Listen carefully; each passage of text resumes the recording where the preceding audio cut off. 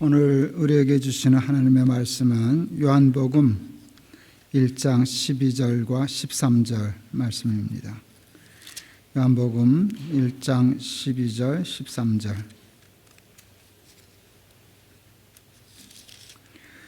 제가 봉독하겠습니다. 영접하는 자 곧 그 이름을 믿는 자들에게는 하나님의 자녀가 되는 권세를 주셨으니 이는 혈통으로나 육정으로나 사람의 뜻으로 나지 아니하고 오직 하나님께로부터 난 자들이니라. 아멘.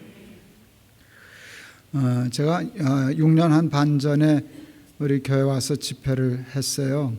제가 연수는 잘 기억 못했는데 우리 목사님 사모님이 일러주셔서 6년 반 전에 집회를 했었는데 모르기는 해도 그때도 오늘 이 설교는 했을 겁니다. 제가 어디 집회 가서 이 설교를 빼놓고 집회를 하는 경우는 거의 없어요. 아마 이 설교는 제가 한 600~700번은 하지 않았을까 싶어요. 평생에. 왜 그런가 하면 제 삶에, 제 신앙에, 제 목회에 이렇게 척추뼈 같은 말씀이기 때문이에요. 그러니까 모든 기초 위에 집을 짓는 것처럼 저는 모든 것이 이 말씀 위에 올라가기 때문에 이 말씀을 빼놓고 집회를 하거나 설교하는 게 불가능해요. 근데 좀 걱정 안 해도 될 것이 여러분 기억 안 나죠?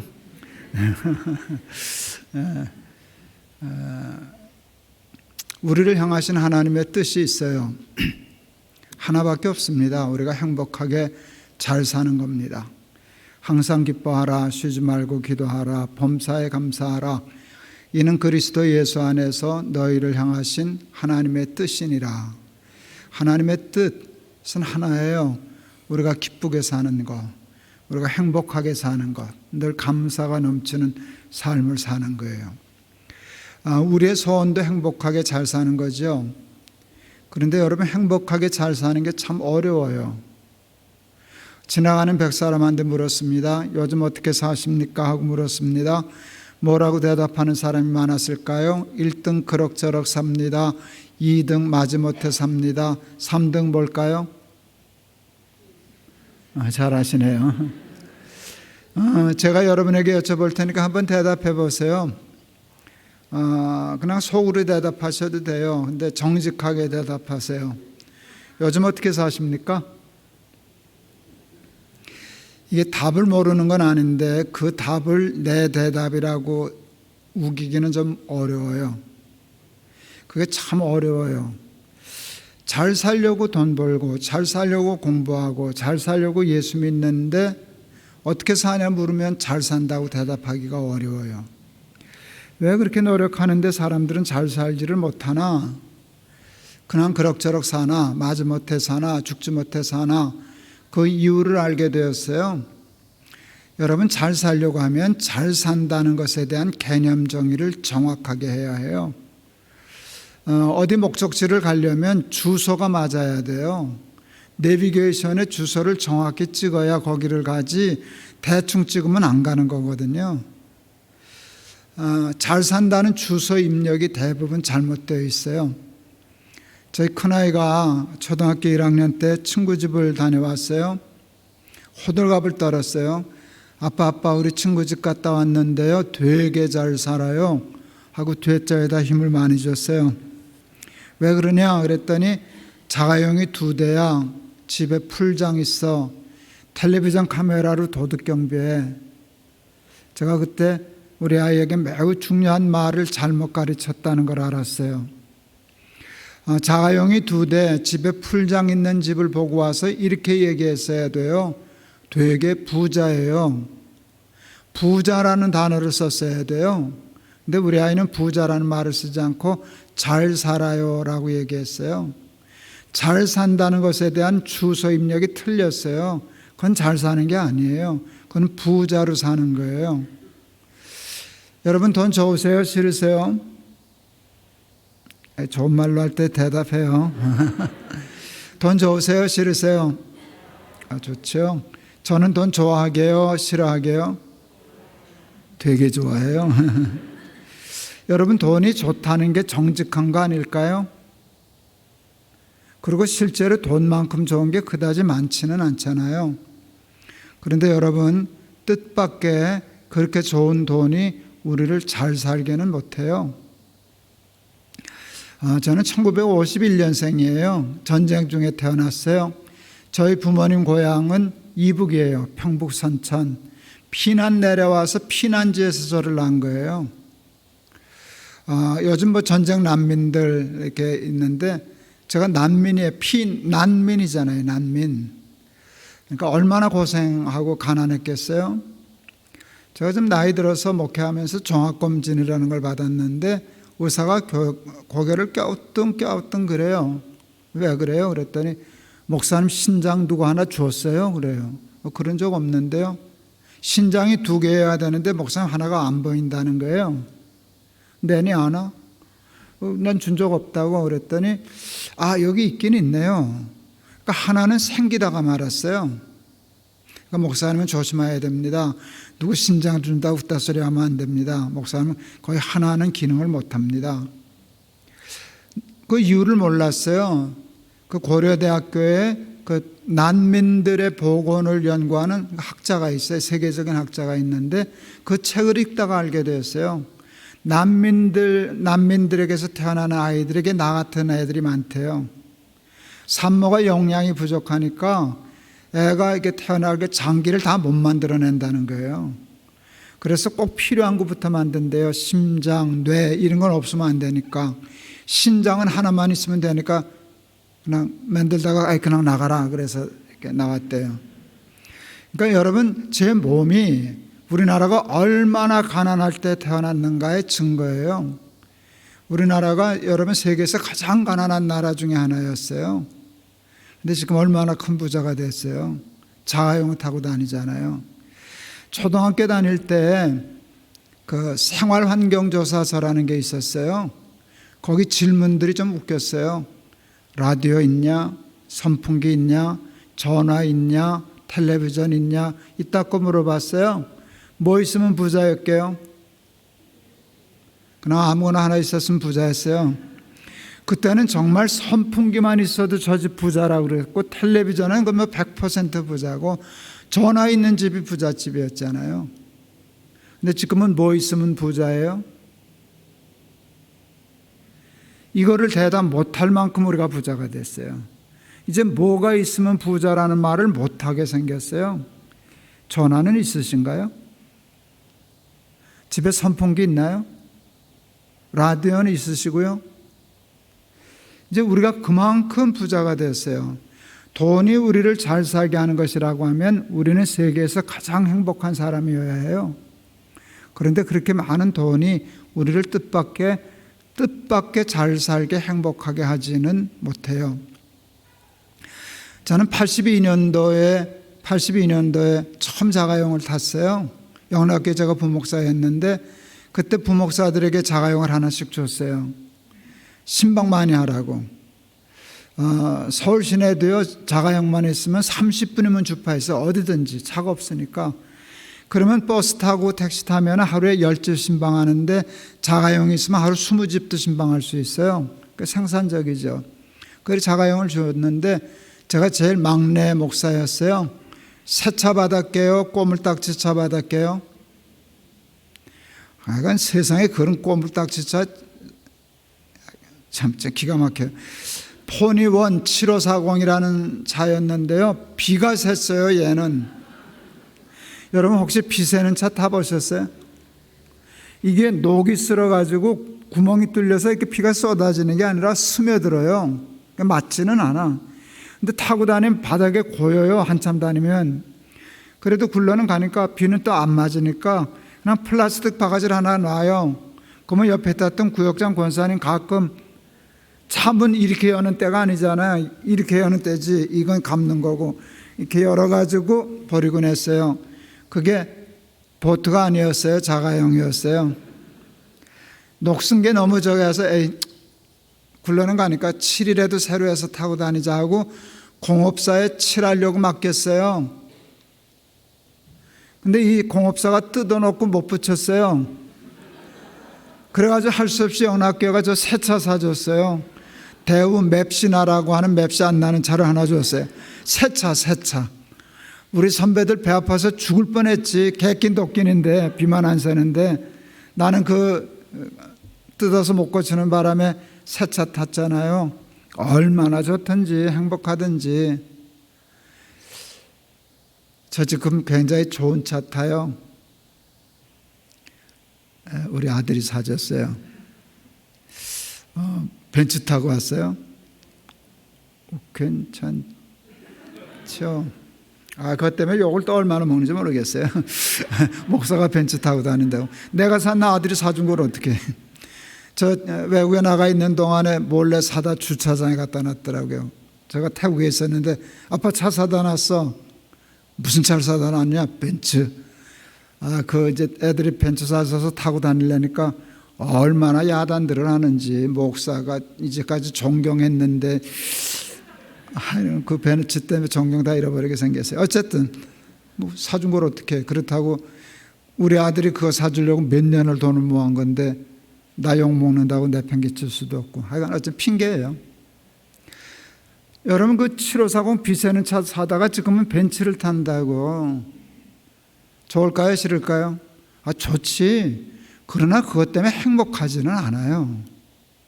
그것 때문에 행복한 것도 아니고, 그렇다고 내가 훌륭해진 것도 아니고, 그렇다고 내가 존경스러워진 건 더 아니고, 그래요. 안 탄다고 존경스러울 것도 없지만 탄다고 존경할 것도 없고 그냥 그렇고 그래요. 그런데 왜 그렇게 좋은 돈이 우리를 잘 살게 못하나? 그 이유를 제가 알았어요. 굉장히 중요한 깨달음이에요.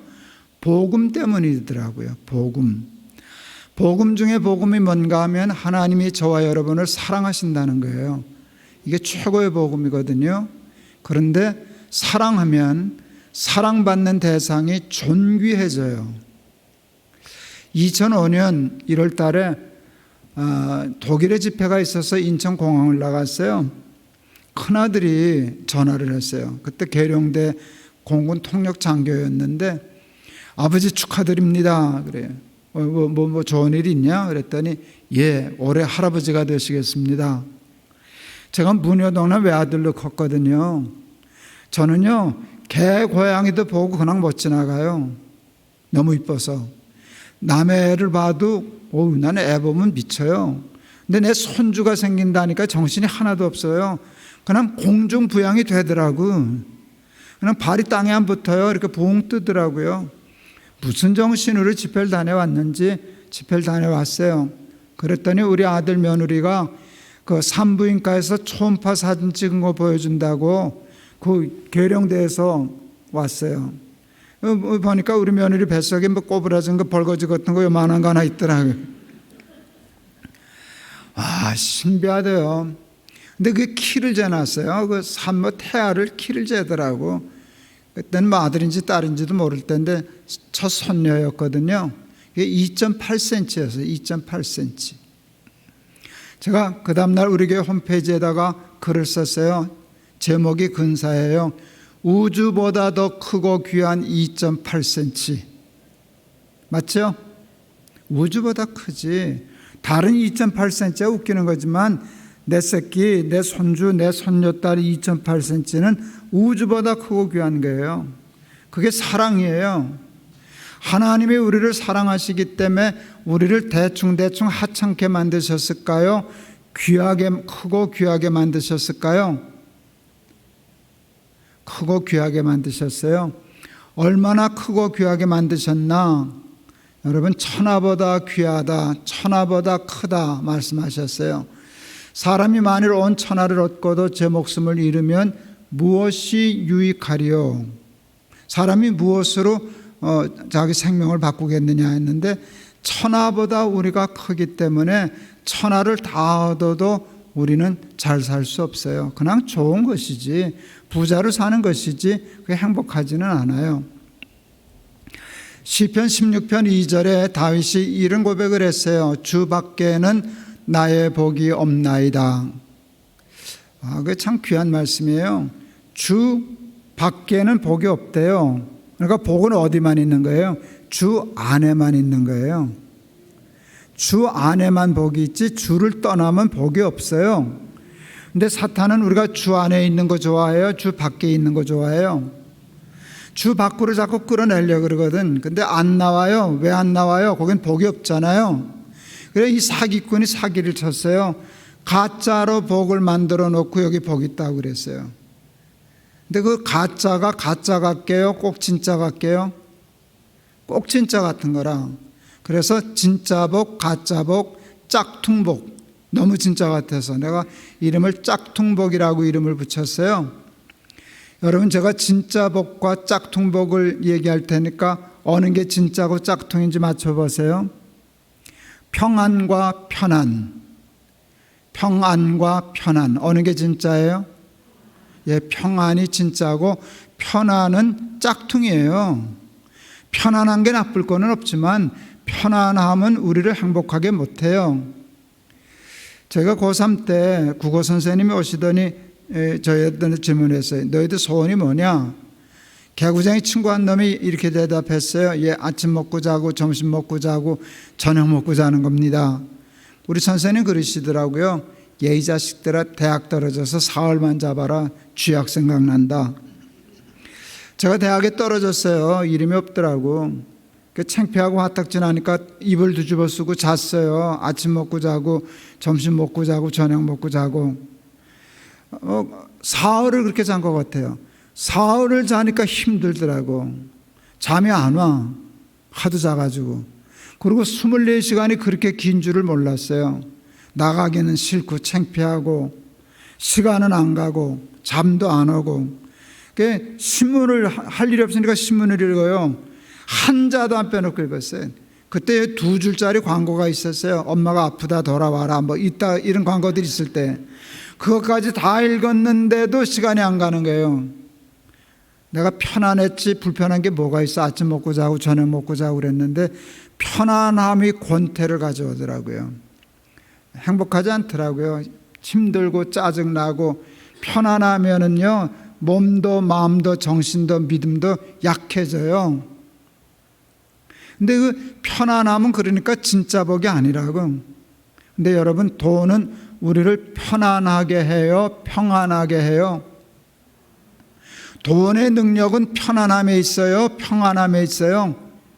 돈이 많으면 편히 살아요. 사람들은 짝퉁 편히 사는 걸 진짜 복인 줄 알고 그걸 보고 잘 산다 그래요. 돈 있으면 편해요. 돈 있으면 확실히 편해요. 그런데 그게 우리에게 참 평안, 진짜 복을 가져다 주지는 못해요. 그래서 여러분 돈을 우습게 여기고 그까짓 돈 그럴 순 없죠. 돈도 쓸 데가 많은데 돈도 열심히 벌고 이왕이면 가난한 것보다 부자가 좋지. 그렇지만 아셔야 돼요.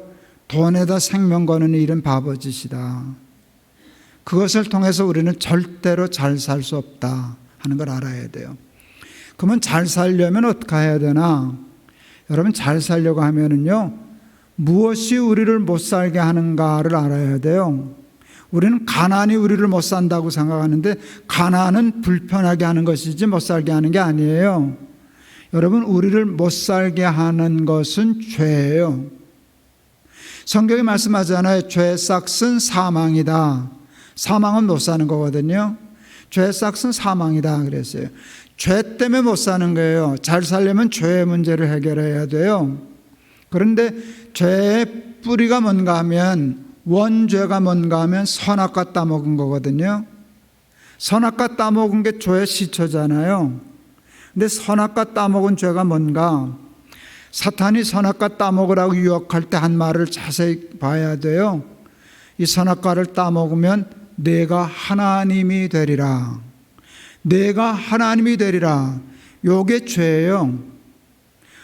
내 삶의 주인이 누구냐? 하나님이 주인이냐? 내가 주인이냐? 너 내가 말하는 대로 살래? 내 마음대로 살래? 이럴 때 하나님이 정해주신 잘 사는 원칙은 뭔가 하면 간단해요. 내가 하나님이야. 내가 내 삶의 주인이야.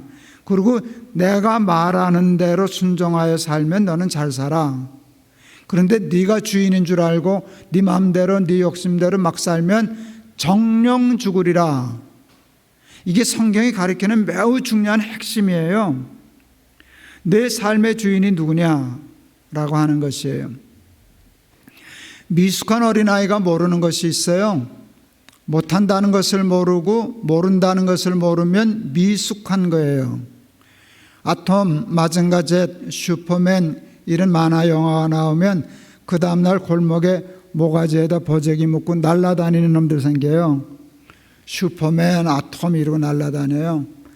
여러분 아이들 손주들이 그러면은요 베란다 문 잠가야 돼요. 위험해요. 진짜로 위험해요. 애들은 묶으면 나는 줄로 생각하거든요. 저희 높은 뜻 순위교회 개척하고 얼마 안 됐을 때인데 우리 교회 청년 조카 아이가 3돌 지난 자식이 뭐 슈퍼맨인가를 보고 보재기 묶고 3층에서 뛰었어요. 슈퍼맨하고. 그 나무에 걸려서 살았어요. 다행히. 하나도 안 다쳤어요. 그래도 얘가 양심이 있어서 기절은 했어요. 그 응급실에서 깨어났는데 응급실에서 깨어나면서 하신 말씀이 코미디예요. 왜 나는 안 날지? 그러고 깼다 그러더라고요. 그게 안 난 게 아니라 못 난 거잖아요. 여러분 그게 미숙한 거예요.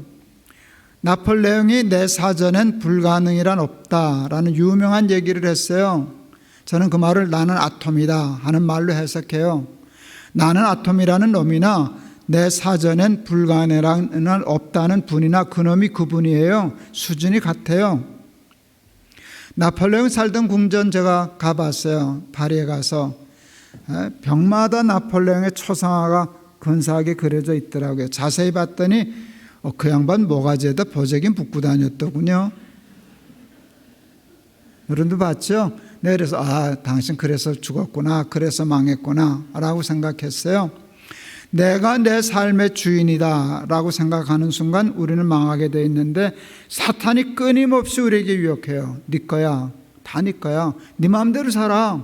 왜 하나님이 이래라 저래라 하도 널 지배하게 해? 네 인생은 네 거야, 네 삶의 주인은 너야. 여러분 여기에 쏘으면 큰일 나요. 여러분의 주인은 누구세요? 근데 그럴까요? 그렇지 않아요. 제가 주일날 좀 더 자세히 그 설교는 하려고 그러는데 2001년 10월 7일 날 제가 50 넘어서 높은 뜻 숭의교회라는 교회를 개척했어요. 제가 이제 주일날 왜 개척했는가 하는 설명을 드릴게요. 한 번도 개척에 대한 뜻이 없었는데 하나님이 어느 날 갑자기 개척의 마음을 주셨어요. 그래서 제가 하여간 개척을 했어요. 50 넘어서. 근데 그때 제 마음속에 좋은 교회를 해야지. 뭐 교회는 다 좋은 교회지만 좋은 교회를 하고 싶었어요. 그런데 힘들었어요. 뭐가 힘들었는가 하면 좋은 교회가 뭔지를 모르겠는 거예요. 좋은 교회를 정의를 못 내리겠는 거예요. 좋은 교회는 이거다라고 딱 떨어져야 그 다음에 그걸 만들 거 아니에요.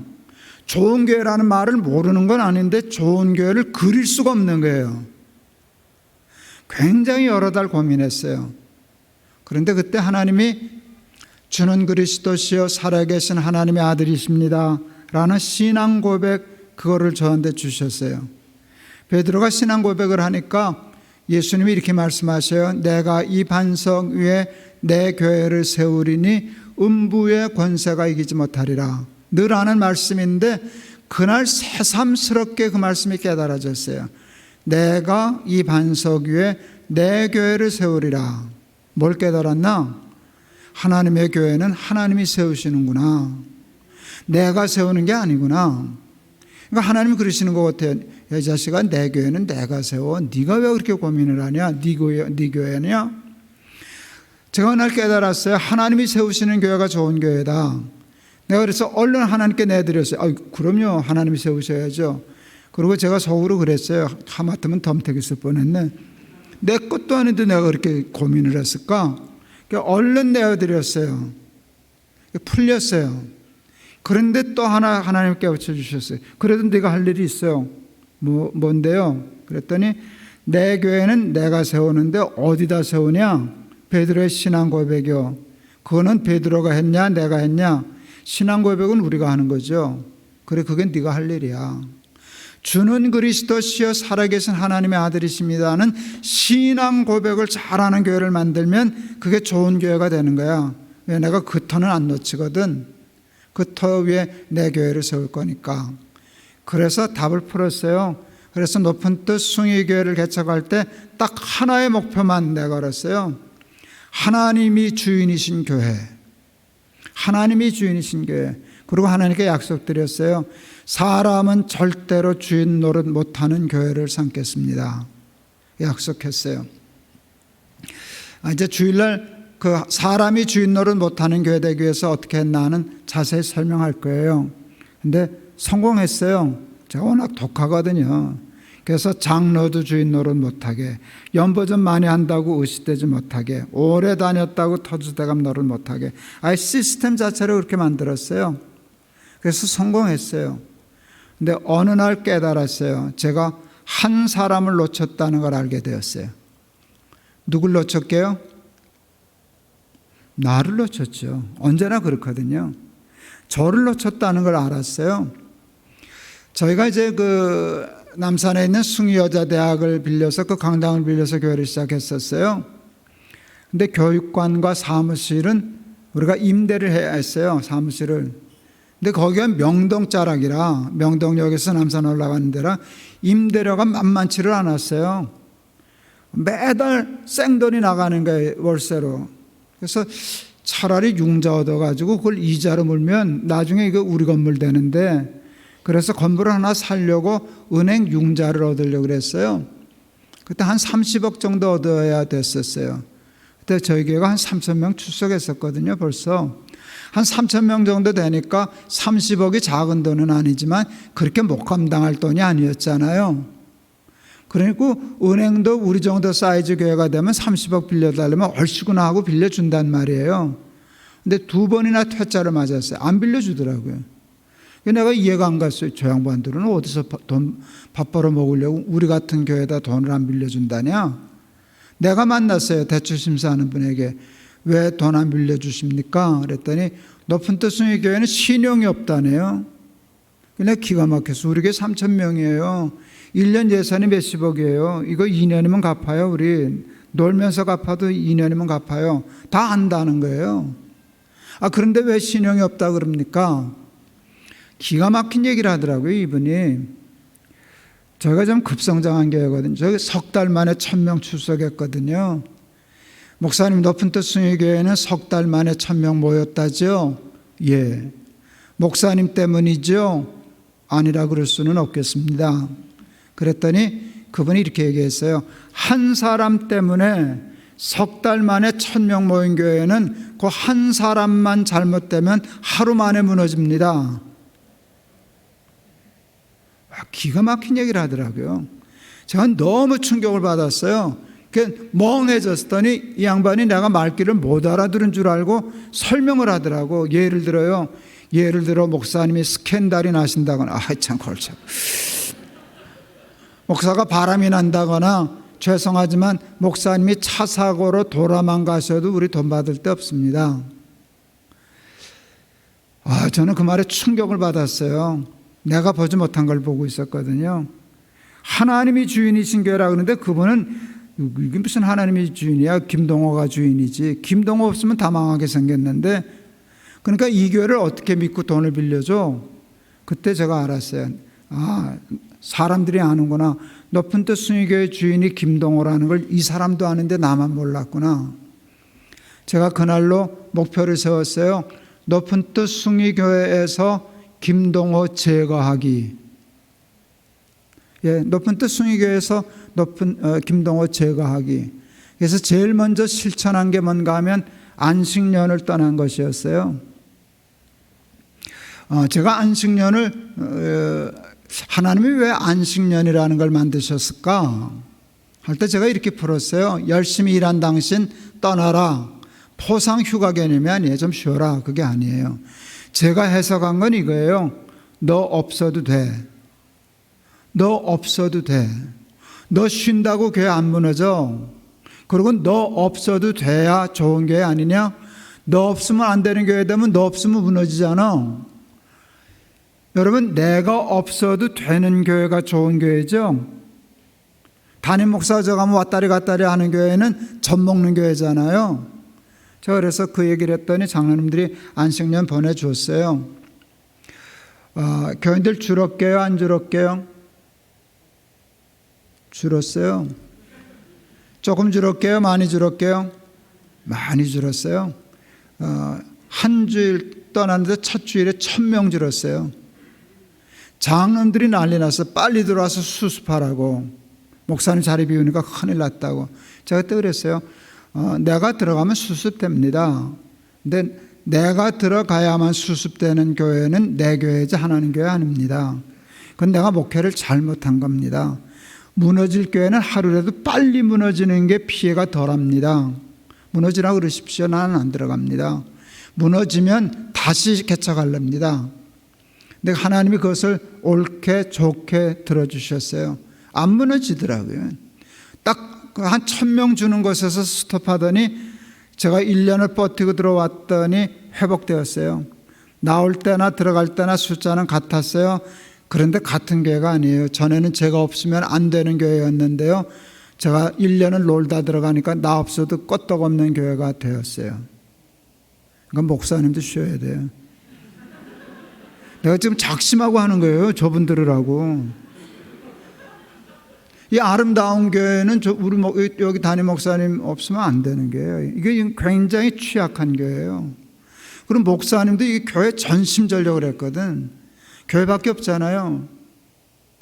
제가 차 타고 오면서도 그랬어요. 목사도 교회를 떠나서 살 수 있어야 하고 교회도 담임 목사 없어도 버틸 수 있어야. 사람은 죽기도 하고 은퇴하기도 하는데 나 없으면 안 되는 교회 되면 나 은퇴하면 교회는 망할 수밖에 없잖아요. 그렇게 해서 안식년을 했었어요. 그게 자리를 비우는 것이었어요.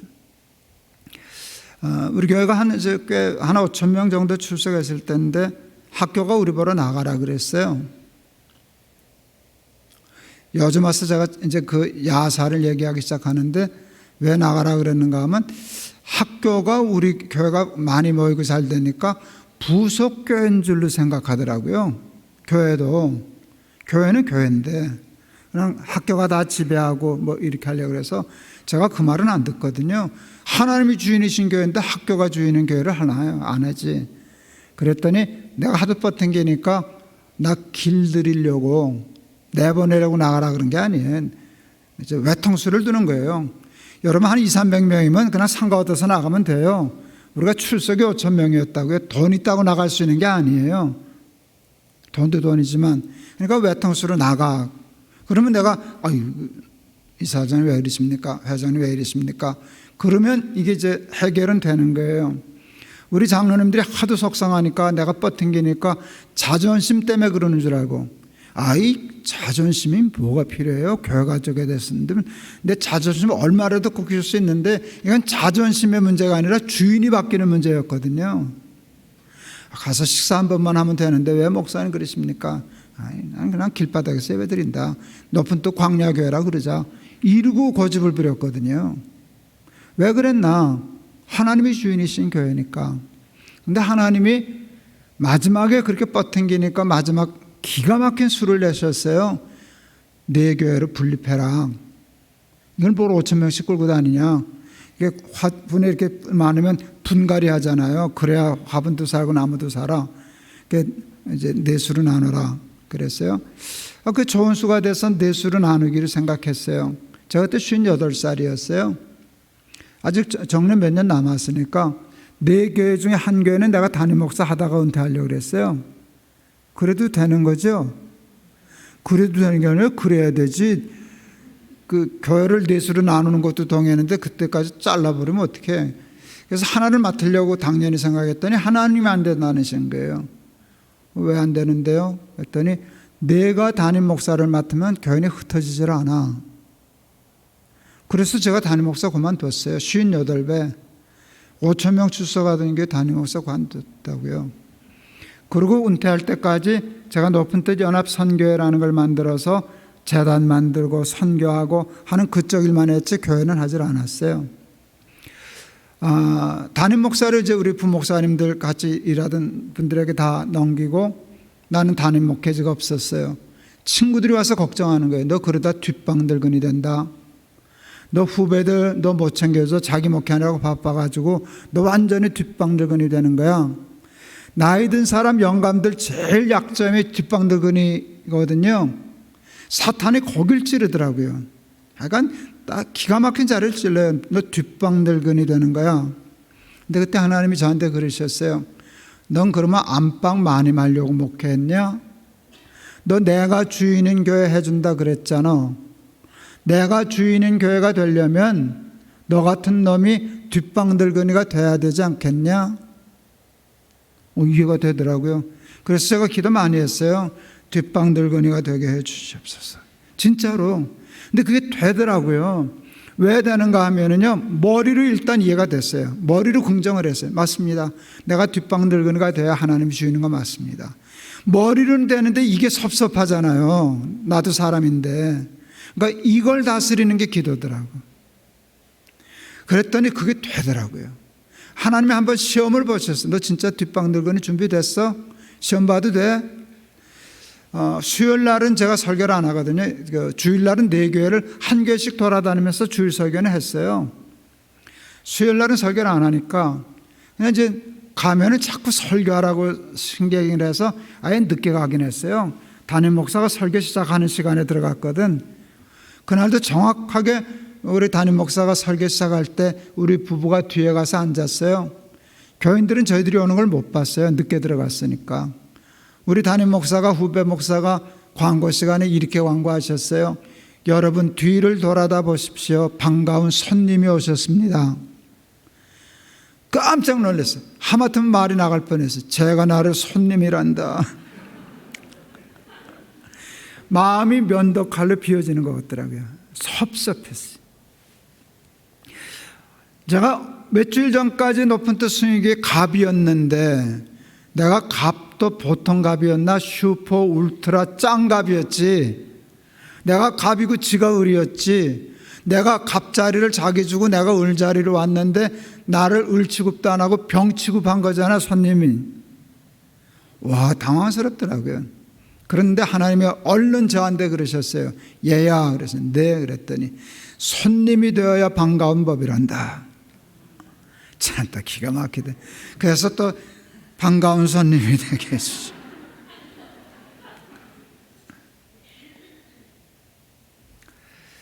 제가 이렇게 얘기하면 야, 김 목사 말 참 잘한다. 그래도 그게 그렇게 되냐? 진짜 네가 반가운 높은 뜻 교회 손님이겠냐?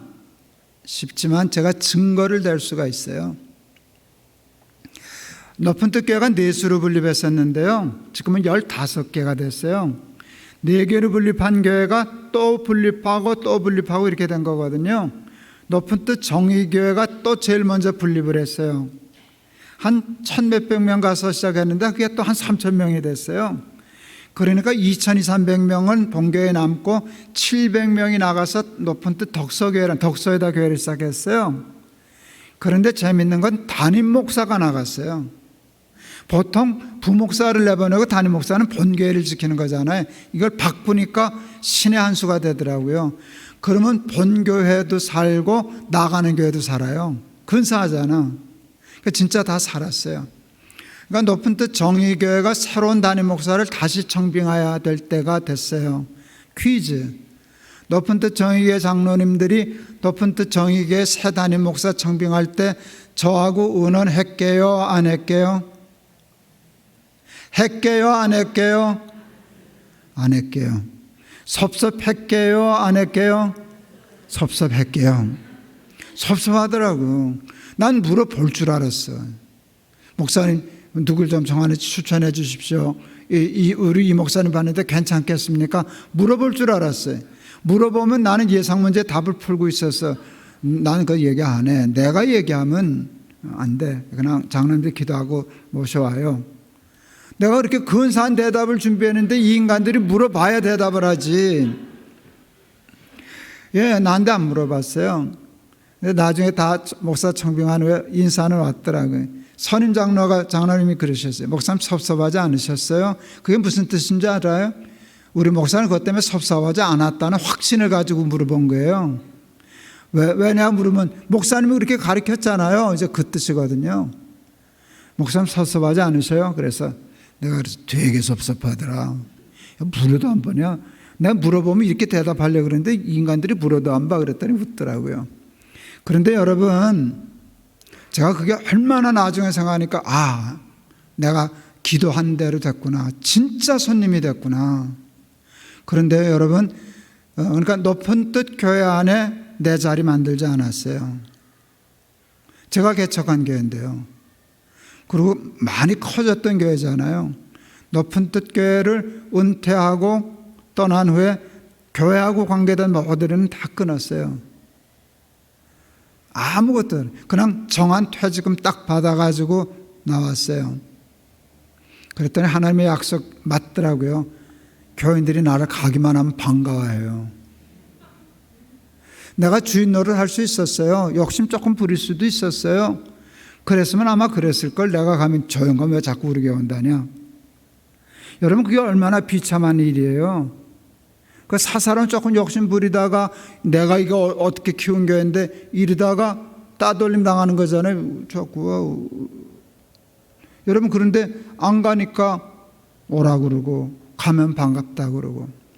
지난주에 우리 높은 뜻 교회가 15개가 됐는데 사실은 연초가 되면 젊은 교역자들이 계속 들어오는데 높은 뜻 교회 역사를 모르잖아요. 정신도 모르고. 그래서 늘 연합 수련회를 해요. 저는 이제 은퇴한 지 6년 지났는데 제가 은퇴하기 2년 전부터는 그 모임도 안 갔어요. 발 빼놓으라고. 그냥 너희들끼리 해라. 난 아예 가지를 않았어요. 내가 안 가니까 재미있는 짓을 하더라고요. 전체가 사진을 찍는데 내 자리가 있잖아요. 내가 설립자니까. 내가 안 가니까 거기다 누구를 앉혔나? 높은 뜻 씨앗이 되어교 부목사 중에 김동호가 있었어요. 그 김동호를 거기다 앉혀놓고 사진을 찍어서 그래서 얼마나 웃었는지 모릅니다. 제가 8년 만에 갔어요. 오라 그러는데 목사님이 높은 뜻을 어떻게 시작했는지 이제 주일날 설교하려고 하는 그 높은 뜻 정신이 뭔지 그거를 강의해 주셔야 됩니다. 그래야 이 전통이 그건 그럴 법해서 갔어요. 얼마나 행복하든지 왕따 안 당하고 반가워하고. 그러니까 지금 제가 그냥 간증이 잘못하면 자랑이 돼서 좀 불편하기는 해요. 근데 거짓말은 안 했어요. 그랬더니 교회가 건강해졌어요. 교회만 건강해진 줄 아세요? 저도 건강해졌어요. 그리고 저는 행복한 은퇴 목사가 되었어요. 하나님만이 주인이십니다 라는 것을 입으로만 하지 않고 실천했더니 교회도 건강해지고 나도 건강해지고. 그런데 여러분, 목사만 그래야 되는 게 아니라 장로님도 그래야 되고 집사님도 그래야 되고 권사님도 그래야 해요. 아름다운 교회가 이만큼 될 때까지 이게 공짜로 된 게 아니거든요. 누구의 눈물, 누구의 헌신, 누구의 희생, 이 열심히 있어서 이만큼 된 거예요. 근데 그분들이 위험한 사람들이에요.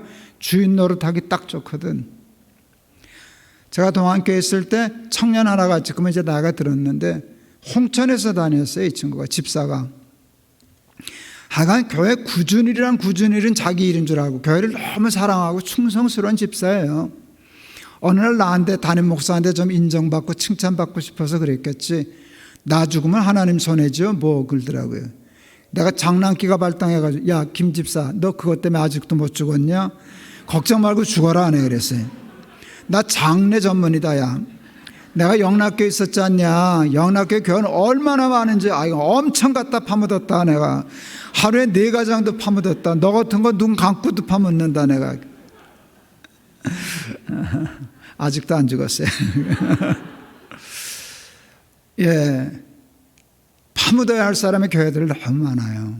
충성해놓고 헌신해놓고 헌금 좀 하고 그랬다고 자기 교회인 줄 생각하면 그 사람도 망하고 그게 선악과 따먹는 거거든요. 여러분, 교회 충성하시고 교회 안에 여러분의 자리 둥지 틀지 마세요. 하나님만이 주인이 되시는 교회 되기를 바랍니다.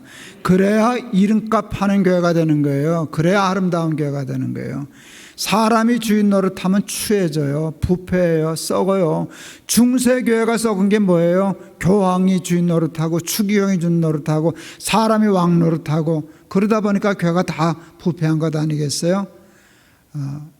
충성하고 자기 자리 만들지 않는 그런 사람 되면 하나님이 축복해 주실 줄을 믿습니다.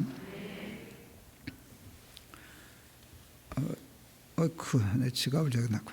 하나님이 어느 날 제 돈지갑에 눈독을 들이신다는 불길한 느낌이 들었어요. 찝찝했어요. 제가 순발력이 좀 있어요. 하나님 앞에 금방 이렇게 얘기했어요. 하나님, 저 해와 달과 별 다 하나님 겁니다. 나는 해와 달과 별에 욕심이 없더라고. 그건 다 하나님 거예요. 그건 내 거라고 한 번도 그래 본 적이 없어. 내가 해를 내 거라 그래 본 적도 없고, 달을 내 거라 그래 본 적도 없고, 별을 내 거라 그래 본 적도 없어요. 관심도 없어요. 난 지갑만 내 거면 좋겠더라고요. 근데 하나님이 왜 저건 나 내팽개치고 내 지갑을 보시냐 그 말이. 찝찝했어요. 근데 그날 매우 중요한 걸 깨달았어요. 지갑의 주인이 내 주인이구나. 하나님이 주인이신 3대 교회에서 제가 두 가지를 크게 집중적으로 공격했어요. 하나는 자리예요. 충성하고 내 자리 만들지 않는다. 충성하고 내 자리 만들지 않는다. 모세가 느보산에서 죽었잖아요. 느보산에서 죽은 모세처럼 충성한 후에 느보산에서 죽자. 그게 내 삶의 목표였어요. 그 다음에 싸운 게 지갑이었어요. 이 지갑의 주인이 하나님이셔야 한다라고 생각했어요. 근데 지갑의 주인, 돈의 주인이 하나님이라는 고백이 훈련이 필요해요. 저는 제일 기본적인 훈련을 11조라고 풀었어요. 여러분, 정직한 11조가 참 어려워요. 근데 그걸 하면서부터 훈련이 되는 거예요. 그래서 11조, 근데 뭐 목사가 11조 하는 거야? 뭐 그게 어렵지 않잖아요. 그래도 목사인데 명색이. 제가 미국에 집회를 갔다 왔는데 거기 미국에 있는 청년들이, 미국계 청년들이 희한한 짓을 하더라고요. 이 친구들이 11조 서원을 하는 거예요. 청년 때 뭐라고 서원을 하는가 하면, 하나님, 연봉 10만 불까지는 11조 드리겠습니다. 연봉 20만 불이 되면 12조 드리겠습니다. 뭔 얘기인지 아시죠? 그래서 19조까지 사인을 한대요. 그리고 그걸 지키는 놈들이 있다는 거예요. 별 미친 놈들이 다 있죠. 그런데 저는 참 교인들 선동을 잘하는 사람이거든요. 특히 교인들 주머니에서 돈 뺏는 데는 제가 1등일 거예요. 근데 내가 남을 잘 선동하는데 내가 왜 선동을 잘하나 했더니, 내가 선동을 잘 당해요. 나는 그냥 벌써 그 얘기 들으면 벌써 선동 당해서 나도 해야지. 미국 애들이 하는데 나도 하고 싶어. 그래서 제가 비행기 내려서 집에 들어올 때 문방구 들러서 금전 출납부 사가지고 들어왔잖아요. 그거 하려고. 그래서 금전 출납부를 사가지고 와서요, 제가 앞장에다 썼어요. 사랑하는 아들 부열, 지열, 정렬이에게 돈에 대하여 큰 부끄러움이 없는 아비가 되게 하여 남기는 기록. 난 아이들에게 인생과 신앙을 가르치는 사람 되고 싶어요. 근데 돈을 어떻게 생각하고 어떻게 쓰고 어떻게 벌었나, 그게 정확하면 그게 신앙이라고 생각했어요. 돈이 말하는 거거든요. 그래서 우리 아이들에게 돈에 대해서 부끄러움 없는 아비가 되기 위해서. 그 다음에 하나 또 썼어요. 누진표를 만든 거죠. 저는 목사인데 돈이 많았던 목사예요. 조금 심각해지거든요. 왜 돈이 많았나? 교회가 컸잖아요. 그러니까 봉급 꽤 줬겠죠. 그게 좋죠. 봉급 갖고 충분히 살죠. 그런데 저는 수입이 두 군데가 더 있었어요. 저 책을 많이 썼어요. 저 책 엄청 팔았어요. 어제 거기서 또 출판사에서 보고 왔는데 이제까지 제 책 팔린 게 한 80만 권 팔았더라고요. 이런 거 80만 권 팔아서 인쇄 받으면 돈이 골치 아파져요. 잘 모르시겠지만, 아마 지금 실제로 그 책 판 돈으로 최소한 아파트 2채는 최소한 사지 않았을까 싶어요. 그랬죠. 근데 또 하나 있잖아요. 목사님, 이번에도 나 강사비 주죠? 지난번 줬잖아. 여러분, 저는 이렇게 집회 다니면서 또 강사비를 주시잖아요. 그것도 작지 않잖아요. 여러분 아시잖아요. 그러니까 교회에서 작지도 않은 교회가 큰 교회가 넉넉히 주는 생활비가 있는데 뭐 인세 엄청 들어와, 강사비 막 들어와. 그거 다 내가 쓰면 진짜 벤츠 타고도 남지. 그래서 하나님 앞에 약속했어요. 하나님, 나는 돈이 암만 생기든 요만큼만 쓰겠습니다. 근데 난 가난해지는 건 싫거든. 그래서 하나님, 나 집 하나 주세요. 나 새빵살이 하는 거 싫어요. 우리 안에 목회 다니면서 13번 이사했어요. 목사들은 대개 그렇게 해요. 근데 젊어서야 하지만 늙어서도 방빼 소리 듣고 사는 거 미안해요. 집 하나 주세요. 나 자가용 주세요. 손주들 너무 이쁜데 애들 용돈 줄 수 있게 해주세요. 친구들하고 밥 먹고 신발끈 안 먹게 해주세요. 이런 것까지 다 했어요. 전 그러고 은퇴한 후에 교회에서 돈 안 받게 해주세요. 내가 혼자 살 수 있게. 그 이제 연금 쪽에서. 그랬어요. 그리고 자식 폐 안 끼치게 해주세요. 애들도 자기 살기도 바쁜데 나까지 신경 쓰려고 그렇게 하면 아들 폐 안 끼치게 해주세요. 그랬어요. 그리고 여러분한테 욕먹을 얘기까지 해도 될까요? 제가 지금 35년째 당뇨를 앓는데, 당뇨가 저가면 다리 감각 없어지고 이제 뭐 나빠져요. 제가 58살에 안식년 처음 갔을 때인데 우리 아들 미국 유학 가 있는 고교회 근처가 있었어요. 그랬더니 어느 날 이 자식이 골프채를 구하다가 내 방에다 탁 갖다 놓더니, 아버지 골프채에 사라. 아버지는 골프를 걸어야 다녀야 되니까 골프채에 사라. 그래서 그때부터 골프를 쳤어요. 재밌더라고. 그때 맛이 들려가지고 골프 치게 해주세요. 그것까지 기도했어요. 근데 하나님이 꼭 그거 맞춰주셨어요. 여러분, 이게 난 뭐 그게 욕먹을 일은 아니라 생각하지만 욕은 많이 하더라고요. 여러분, 한국계 보편적인 목사가 은퇴한 후에 그렇게 할 수 있는 사람이 무슨 몇 퍼센트, 어쩌면 0. 몇 퍼센트에 들어갈는지도 모르죠. 그런데 하여간 그건 달라 그랬어요. 근데 제가 그것보다 내놓은 돈이 훨씬 더 많거든. 그래서 누진 표를 썼어요. 못 지킬까 봐. 하나님 매달 요만큼 들어오면 얼마를 떼고 표를 만들었어요. 그래야 내니까. 제가 10년을 금전 출납부를 썼어요. 여러분, 세상에 금전 출납부 쓴 목사 보셨어요? 지금 보고 계셔요? 500원 주세요.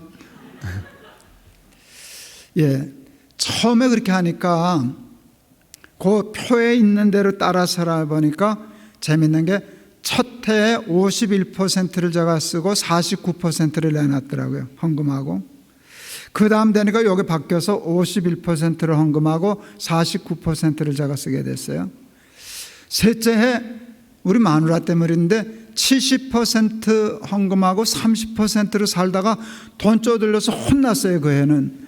왜 70%가 됐는가 하면 그 아까 얘기한 그 건물 살 때 우리도 헌금했거든요. 3년을 열심히 최선을 다해서 물어야 낼 만큼 적금을 들어서 했는데 성질 급하신 우리 하나님이 1년치 물고 2년째 되는 날 빚지고 사는 거 싫다고 한꺼번에 무는 바람에 17조가 됐어요. 돈이 쪼들렸어요. 우리 막내 아이는 옷을 좋아했어요. 지금 그래서 옷가게 하는데 빈티지 옷가게 사장인데 이 자식은 아까 옷만 옷을 좋아해. 뭐 상 받을 일이 있어서 저 엄마가 카드 내줬어요. 30만 원 옷 사 입으라고. 좋다고 나가더니 이 자식이 45만 원 긁어 오셨어요. 저 엄마한테 야단 많이 맞았지. 또 30만 원 약속하고 와서 왜 45만 원짜리 사왔어? 근데 이 자식은 웃어요. 욕은 잠깐이고 옷은 몇 달이다 이제 그러고 약간 징그러운 자식이에요. 근데 애들은 또 그렇잖아요. 전 그런 것 때문에 애들 야단 안 쳐요. 애들이 그렇지 뭐. 근데 내가 우리 막내를 불렀어요. 야 정렬아, 부르지 않는 아버지가 부르니까 약간 겁을 먹더라고요. 긴장하더라고요. 야단 치는 줄 알고. 야단 안 쳤어요. 너 아빠 장부 쓰는 거 알지? 네. 한번 보여줄까? 보여달라고 그러더라고요. 제가 그럼 처음 아이들에게 제 장부를 공개했어요. 기겁을 하더라고요. 뭔 놈의 목사가 돈이 이렇게 많이 생기냐. 생기는 걸 어떡하냐. 근데 애가 진짜 놀란 거는 지출란이잖아요. 10년을 그러고 쓰고 있으니까. 뭐든지 다 쓰니까. 아름다운 교회 강사비 얼마 받았다 다 쓰는 거니까. 그리고 거기다 이제 퍼센티지까지 다 계산하거든요. 약속 올해는 몇 퍼센트 헌금했다. 올해는 몇 퍼센트. 이거 70%잖아. 아버지 돈 쪼들려서 혼났어. 너 30만 원은 계산이 돼서 준 거야. 근데 네가 약속 없이 15만 원을 더 썼기 때문에 아버지 다음 달은 쪼들려야 돼. 애가 아주 얼굴이 심각해지더라고요. 천하의 자기 아버지가 돈 15만 원 더 썼다고 쪼들릴 거라는 생각을 못했어요. 이 아이가 나가서 금저출납으로 사오더라고요. 자기도 그렇게 산다고. 내가 웃었지. 그거 사온다고 사냐 돈이 생겨야 쓰지. 근데 제가 그 교훈은 아이들에게 준 것 같아요. 그렇게 해서 돈을 그렇게 쓰기 시작했어요. 저희 아버님이 가난했었는데 가난을 대물리지 하지 않겠다고 안 입고 안 먹고 안 써서 집을 한 채 유산으로 주셨어요. 그걸 팔아서 용인에 땅을 사뒀었어요. 그 땅이 오르니까 나한테는 재산이 되더라고요. 교회 골치 아프고 속상하고 화딱지 나면은 집에 와서 인터넷 부동산 114를 찾아요. 우리 땅을 치면 평당 얼마라는 가격이 나와요.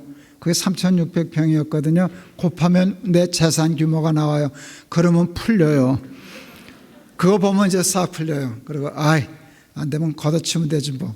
이거 없어도 나 집도 살 수 있고 애들도 집 사줄 수 있고 공부시킬 수 있고 이제 그래요. 목사도. 어느 날 그 계산을 하는데 하나님이 근데 그거 다 네 땅 아니다.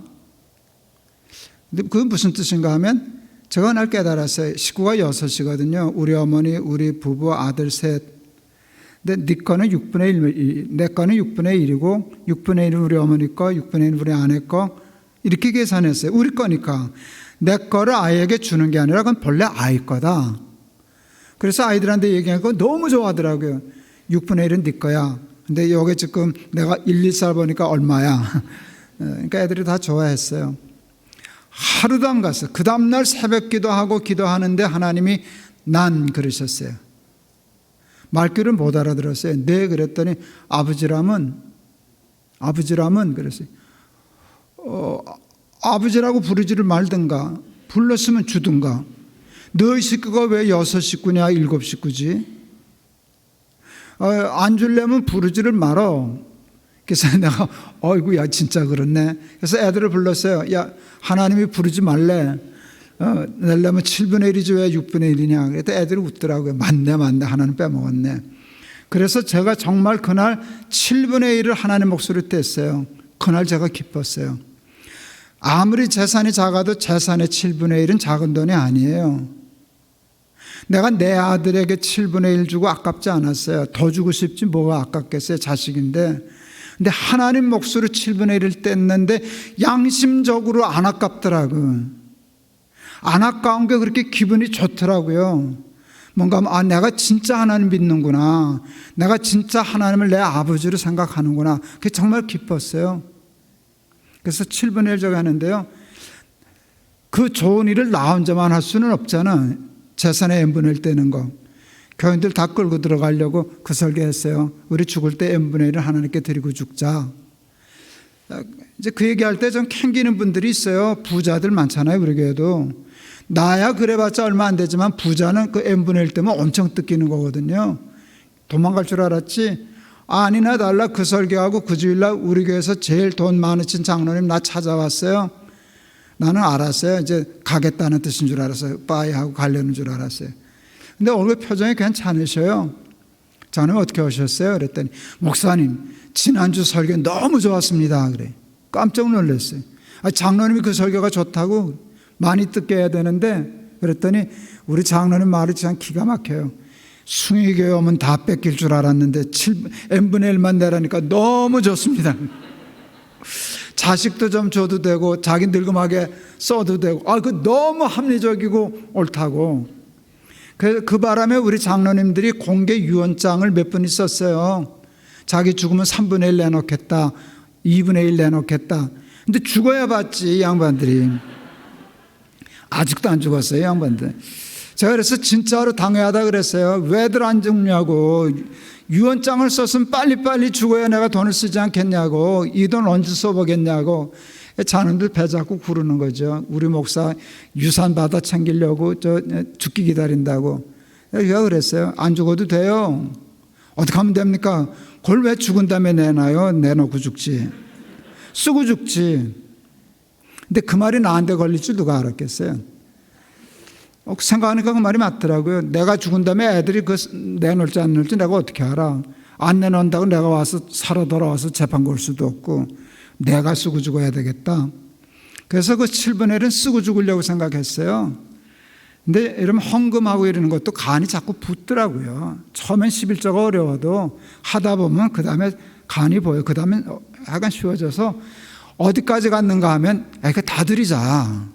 나 집도 있는데 연금도 있는데 애들 다 자리 잡았는데 우리 어머니 아버지 학교 수유하면서 안 입고 안 먹고 옷도 못 입고 저거 해놓은 건데 저거 내가 먹기는 아깝다. 그래서 애들 불러가지고 야, 그 하나님께 다 드리자.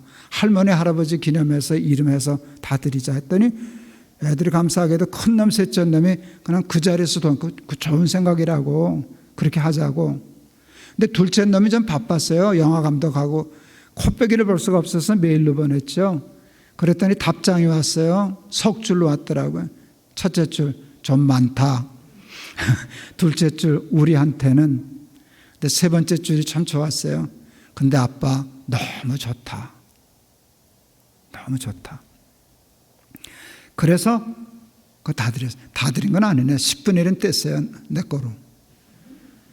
이 다음에 가서 농사 질까 하고 3,600평 중에 300평은 떼고 그러니까 3,000평 조금 넘게는 다 팔아서 재단하고 교회 하는 데 다 주고 다 없애버렸어요. 그래서 저 지금 쫄딱 망했겠죠? 나 벤치 탄다니까. 저 지금 벤치 탄다니까. 저 골프도 친다고요. 참 신기해요. 신기해요. 애들도 자기 몫은 포기한 거잖아요. 근데 아들이 벤치 사줬으면 괜찮은. 지도 먹고 사는 게 있으니까 나 사줬겠지. 저 엄마 차도 사줬는데.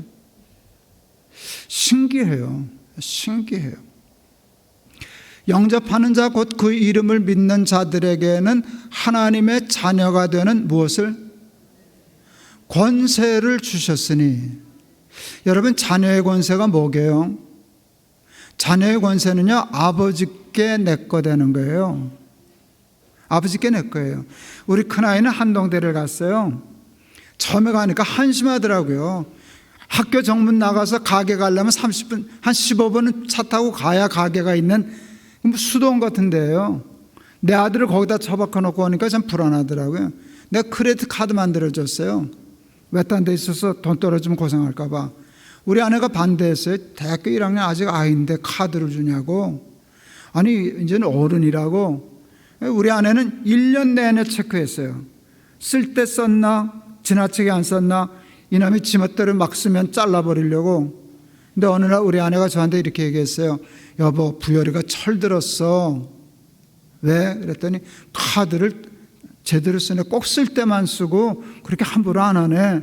여러분 이 철들었다는 말이 굉장히 중요한 말이에요. 철들면 자식을 믿어요? 못 믿어요? 믿어요. 믿으니까 늘 조사하고 체크할 필요가 있어요? 없어요? 없어요. 어느 날 돈 많이 나와요. 그래도 이제 쓸 데가 있었겠지 하고 보면 꼭 쓸 데가 있어서 쓴 거예요. 여러분 지 돈이 내 돈인지는 모르지만 내 돈은 지 돈이죠. 이 양반들은 아닌가? 내 돈은 내 아이들이 쓰는 게 더 좋아요. 그런데 왜 카드를 안 주는가 하면 아까워서가 아니에요. 잘못 줬다간 이 자식이 철없어서 잘못될까 봐, 타락할까 봐 카드를 안 주는 것이지 돈이 아까워서 카드를 안 주는 건 아니란 말이에요. 신뢰가 되면 카드 아니야 생명도 주지. 카드가 뭐가 아깝겠어요? 내가 내 자식을 믿으니까 카드를 주더라고요. 베드로가 주는 그리스도시여 살아계신 하나님의 아들이십니다라고 신앙 고백하니까 예수님이 천국의 열쇠를 주시더라고요. 네가 열면 열려, 네가 닫으면 닫혀. 그때는 카드가 없어서 열쇠를 주셨구나. 요즘 성경 쓰면 이렇게 쓰시겠다. 내가 천국 카드를 내게 주리니 내가 땅에서 이렇게 하면 천국에서 그렇게 되리라. 저는 카드 받은 것 같아요. 저 개인적으로도 그렇고요. 우리 아이들도 그렇게 복을 받았고요. 복을 받았죠. 저 엄마 렉서스 사주고 지혜비 벤츠 사줬으면 잘 된 거지 뭐. 그 자기 목재산 포기했었는데. 그러니까 그 하나님이 너 그렇게 살면 너 몇 개 줘도 괜찮겠구나. 돈 때문에 잘못되진 않겠구나. 여러분 그런 거 아닐까요? 그러고요. 저는 지금 은퇴한 목사잖아요. 은퇴한 목사예요. 제가 이제 에스겔 선교회라고 하는 걸 하는데요.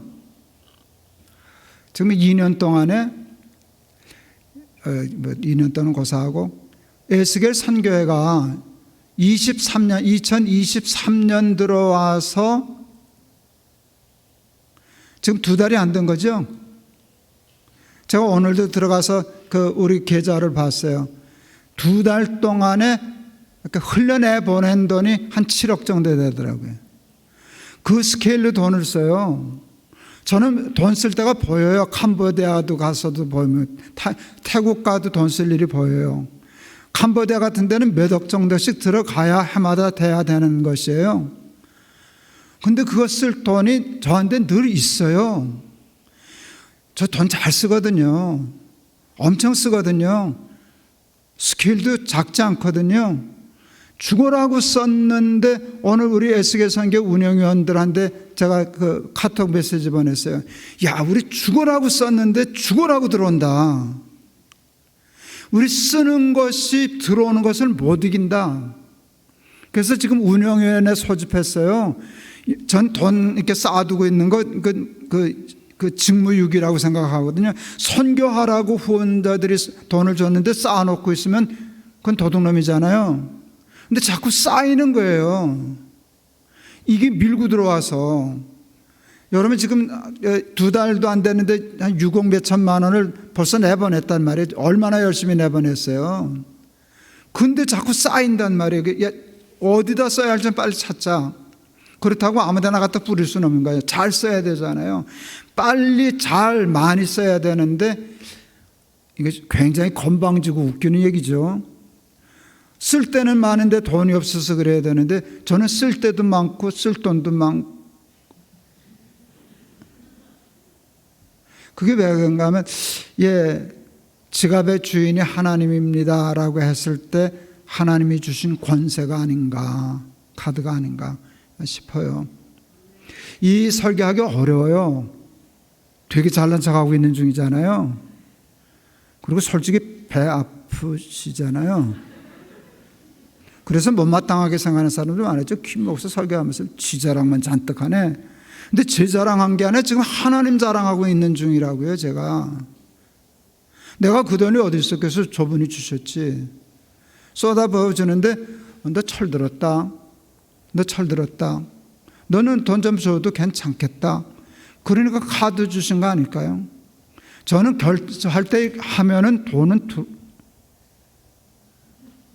들어와요. 정말 간증할 거 많아요. 여러분 지금 이 얘기한 거 정말 조심스러워서 조금 얘기한 거예요. 말씀 마칠랍니다. 하나님이 저를 사랑하실까요? 여러분을 사랑하실까요? 똑같이 사랑하시지 뭘 그걸 고민하고 있어요. 하나님이 어떻게 차별을 하시겠어요? 똑같이 사랑하시죠. 하나님이 높은 뜻 교회를 사랑하실까요? 아름다운 교회를 사랑하실까요? 똑같이 사랑하시지. 근데 똑같은 믿음의 고백이면 똑같은 천국의 열쇠가 작동하리라고 믿습니다. 오늘은 제 간증 들으셨어요. 내일은 여러분이 간증하셔야죠.